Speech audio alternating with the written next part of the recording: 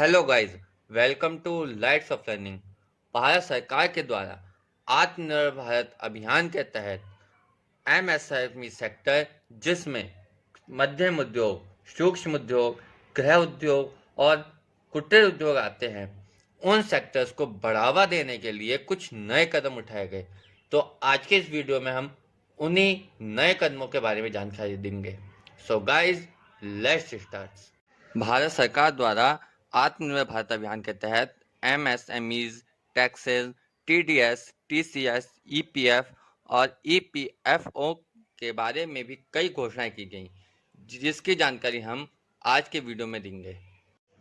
आत्मनिर्भर भारत अभियान के तहत सर्वप्रथम भारत सरकार द्वारा एमएसएमई की परिभाषा को बदला गया।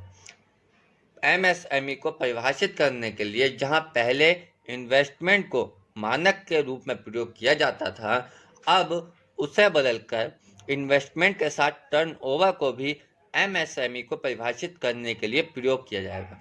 साथ ही साथ मैन्युफैक्चरिंग एंटरप्राइजेज और सर्विस एंटरप्राइजेज, जो अलग सेक्टर होते थे, उनको भी कंबाइन कर दिया गया।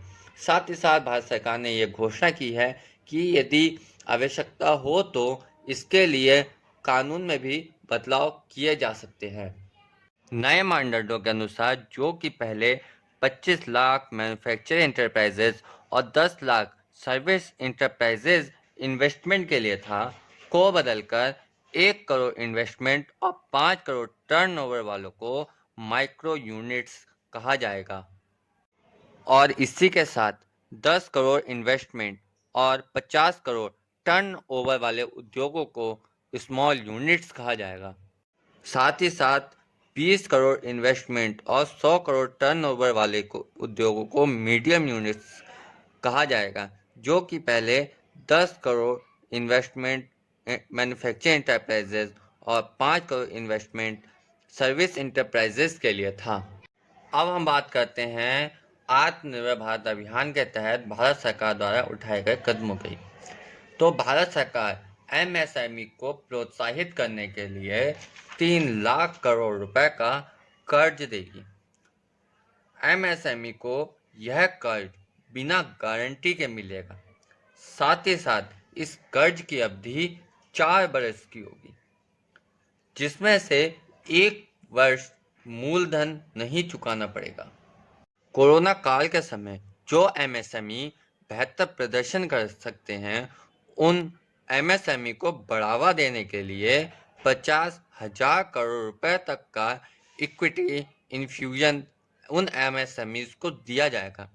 साथ ही साथ जो एमएसएमई तनाव की स्थिति में है, उन एमएसएमई को सहयोग देने के लिए 20,000 करोड़ तक का सब ऑर्डिनरी डेप्थ यानी गौण ऋण उन कंपनीज को दिया जाएगा जिन पे एनपीए बाकी है।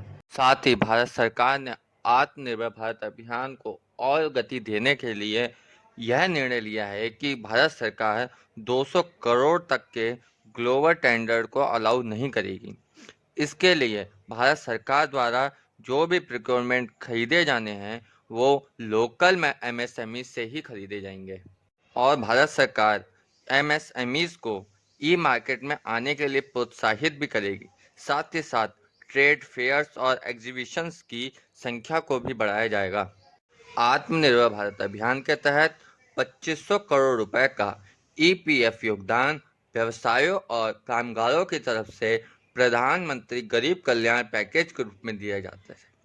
प्रधानमंत्री गरीब कल्याण योजना के पैकेज के रूप में 12% व्यवसाय और 12% कामगार की तरफ से भारत सरकार का ईपीएफ में योगदान होता था, जिसे अगले 3 महीनों के लिए और बढ़ा दिया गया है। यानी भारत सरकार जून, जुलाई, अगस्त महीने के लिए भी व्यवसाय और कामगार दोनों की तरफ से 12% यानी कुल मिलाकर 24% का योगदान ईपीएफ में देगी।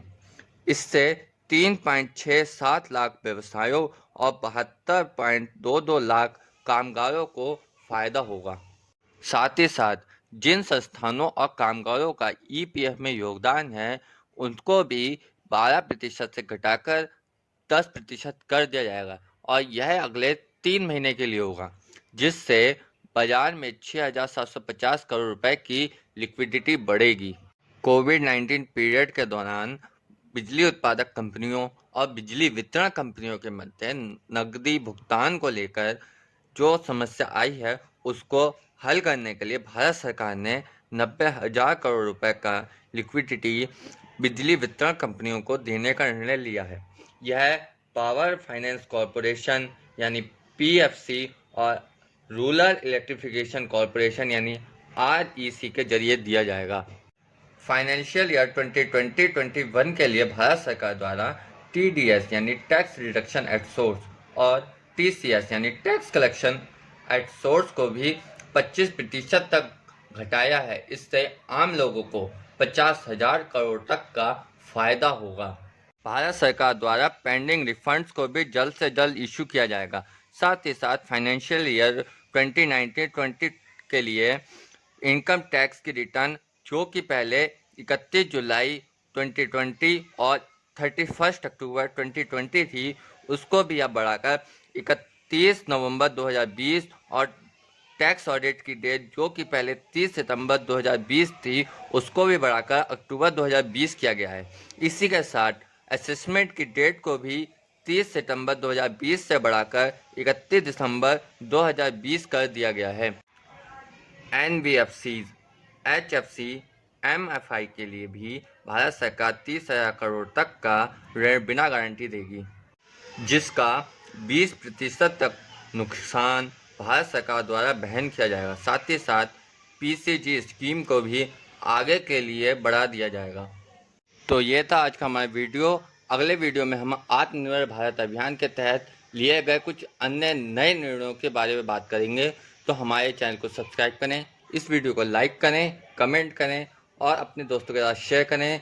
धन्यवाद। जय हिंद।